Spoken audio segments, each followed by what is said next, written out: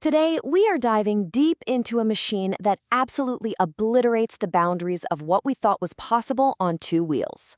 This is the story of an engineering marvel, the Kawasaki Ninja H2R. But before we get into all the nuts and bolts, I want you to just think about something for a second. What does a speed that fast even sound like? It's got to be part jet engine, part thunderclap, right? A sound that literally redefines speed? We're talking about covering over 111 meters every single second.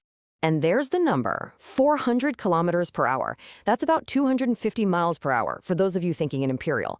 It's a speed that, for a production motorcycle, was basically a fantasy for the longest time. But Kawasaki, they made it real. And this is the guy who actually did it, World Supersport champion Kenan Sofuoglu. I love this quote because it really captures the insane scale of what he accomplished.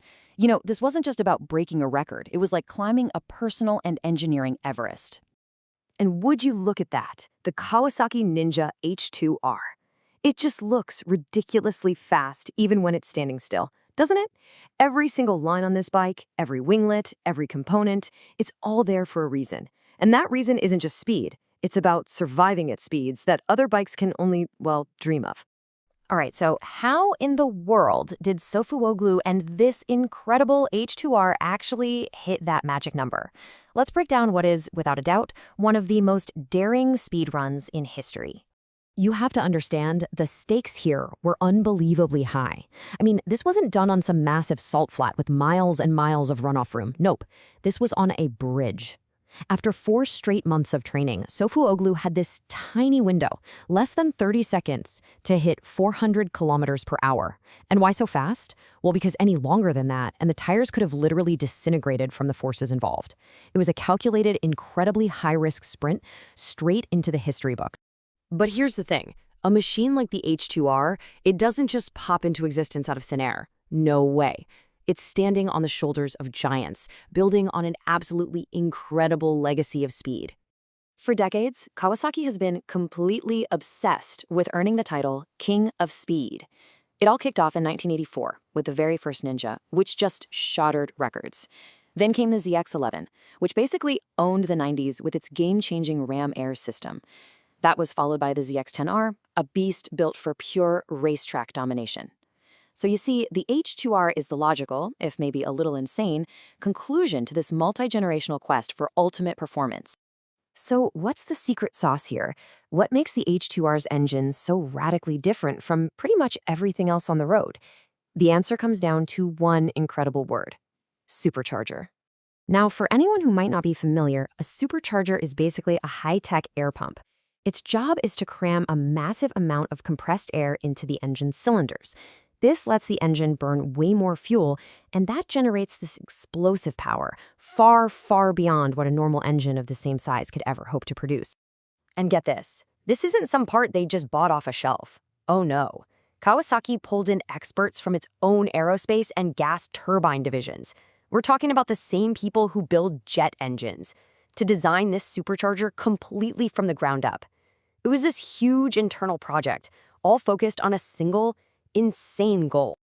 Okay, let's trace how this power gets made, because it's pretty wild. The engine's crankshaft spins a gear train, then a set of planetary gears. This is technology straight out of their aerospace playbook, multiplies that rotational speed by over 9 times. This spins a beautifully machined impeller at up to 140,000 RPM. Think about that number. And the result? It force feeds over 200 liters of air into the engine every single second. That is the source of its mind-bending power. But all that power is completely useless if you can't get it to the rear wheel, right? So for that, the H2R uses something called a dog ring transmission, which is technology taken directly from the absolute pinnacle of motorcycle racing, MotoGP. The simple way to think about it is, instead of sliding heavy gears back and forth, smaller, lighter rings just lock into them. This allows for incredibly fast, seamless shifts, and that is absolutely critical when you're trying to wrangle over 300 horsepower. Okay, so we know it has MotoGP tech, but how does this production monster actually stack up against a pure multi-million-dollar racing prototype? Let's put them head-to-head. So in one corner, we've got the Ninja H2R, a machine that, in theory, you or I could go out and buy. And in the other corner, a MotoGP bike, a priceless, one-of-a-kind prototype built for one thing and one thing only: winning world championships. So the numbers here tell a really fascinating story. The MotoGP bike is way, way lighter and it has a little more horsepower. So yeah, it's definitely quicker off the line. You can see that in the 0 to 193 km/h times. But, and this is a big but, look at the top speed. The H2R actually has a higher top end. And then you get to the cost. Yeah, we're not talking about a small difference here. I mean, look at this. For the price of just one MotoGP bike, you could buy a fleet of over 260 Ninja H2Rs. That just puts the H2R's performance per dollar in a completely different universe. It's not even the same sport. Now, despite the H2R's insane top speed, a MotoGP bike would absolutely destroy it on a racetrack. So why is that? Well, it's all about the details. It's almost 60 kilograms lighter, which means it can brake later, turn faster, and just rock it out of the corners. It's got more advanced electronics, carbon fiber brakes, you name it. A MotoGP bike is like a surgeon's scalpel. The H2R is like a sledgehammer. Both are incredibly impressive, but they are built for very different jobs. And that gets us to the most crucial point of all. Kawasaki didn't build the H2R to go win some race. They built it to make a statement. It's a showcase of what their engineers are capable of when you just throw the rule books out the window. It's a landmark. It's a rolling piece of art and science. And that really leaves us with one final awesome thought. The H2R is the answer to a thrilling question. What happens when you take a company that builds everything from jet engines to bullet trains and you tell them to go build a motorcycle with no compromises and no limits? Well, you get 400 kilometers per hour. You get a legend.